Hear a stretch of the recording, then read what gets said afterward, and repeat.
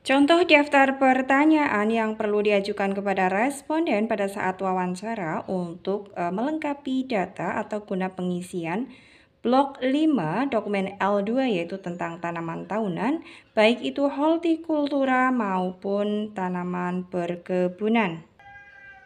Hai, Assalamualaikum warahmatullahi wabarakatuh. Selamat datang saya ucapkan di Usma Ulia channel yang masih sama membahas tentang beragam aplikasi dan informasi. Apa kabar teman-teman semua? Semoga selalu dalam lindungan Allah Subhanahu wa taala. Amin amin ya robbal alamin.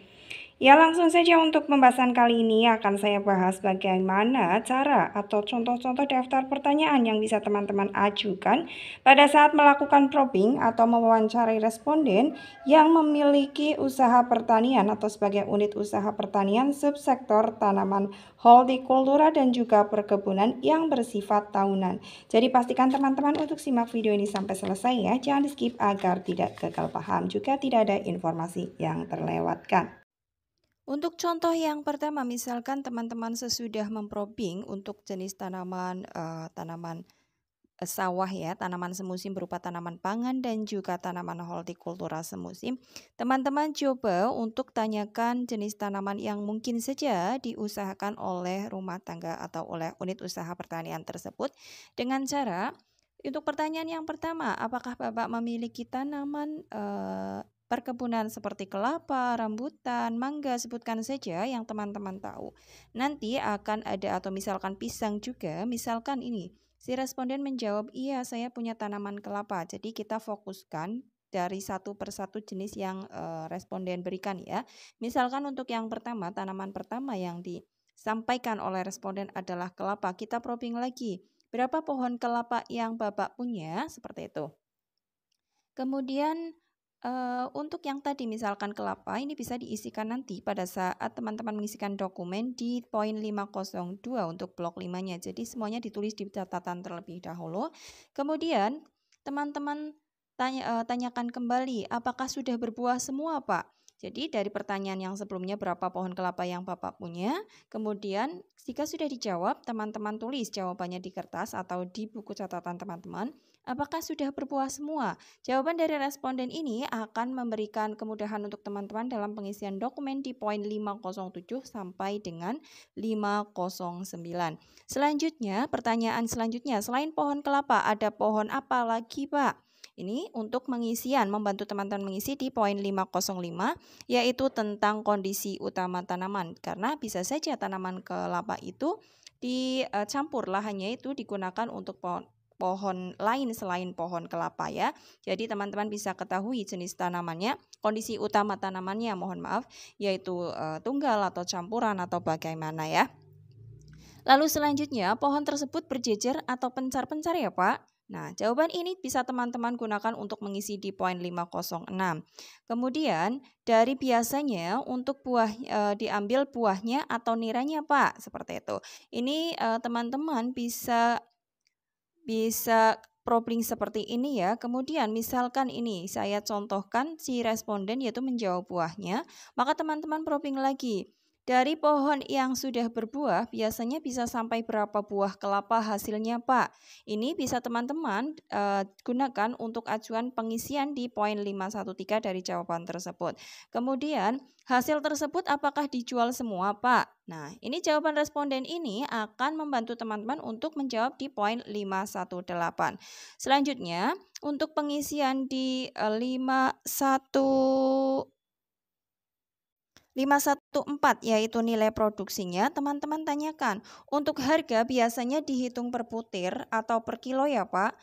Kemudian teman-teman rooming lagi, harganya berapa per butir atau per kilonya. Misalkan Bapak itu menjawabnya per butir, maka teman-teman tanyakan per butir biasanya Bapak itu jual harga berapa.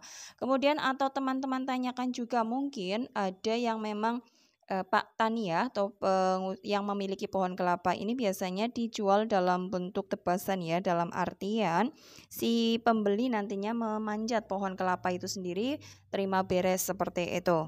Ini teman-teman juga tanyakan, ini juga penting untuk teman-teman lakukan atau probing untuk mengisi di poin 510.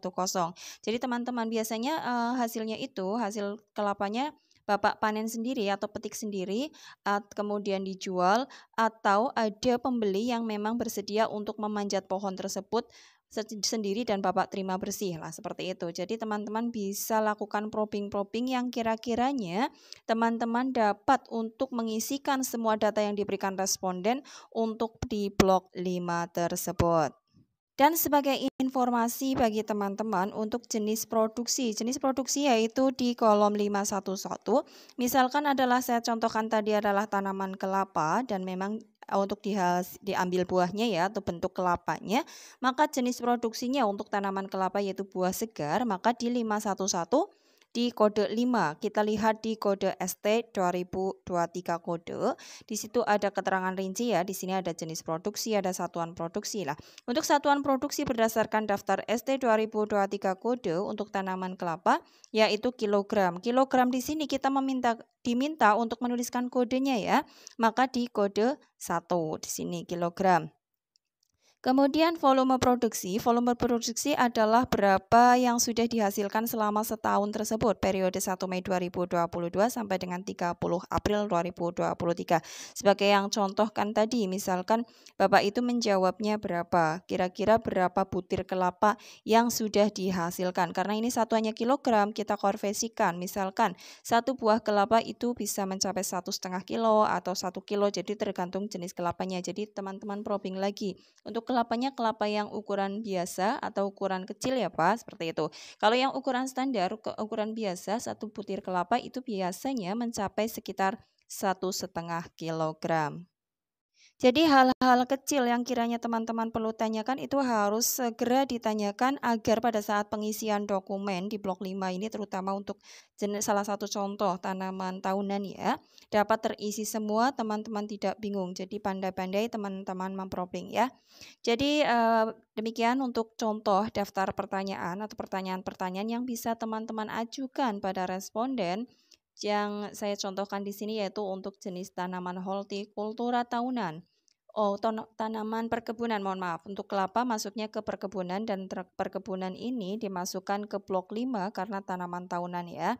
Jadi misalkan teman-teman menemukan responden dengan jawaban untuk atau jenis produksi untuk jenis tanaman, mohon maaf, jenis tanaman hortikultura tahunan seperti pisang, jeruk, rambutan, itu teman-teman juga bisa gali informasinya dengan cara seperti yang tadi saya sampaikan dan disesuaikan dengan jenis komoditas yang teman-teman temukan di lapangan. Ya, demikian untuk yang dapat disampaikan pada pembahasan kali ini. Semoga informasi ini bermanfaat bagi teman-teman. Salam sukses selalu tentunya bagi teman-teman dan bagi PLS dan juga PML. Semangat dan wassalamualaikum warahmatullahi wabarakatuh.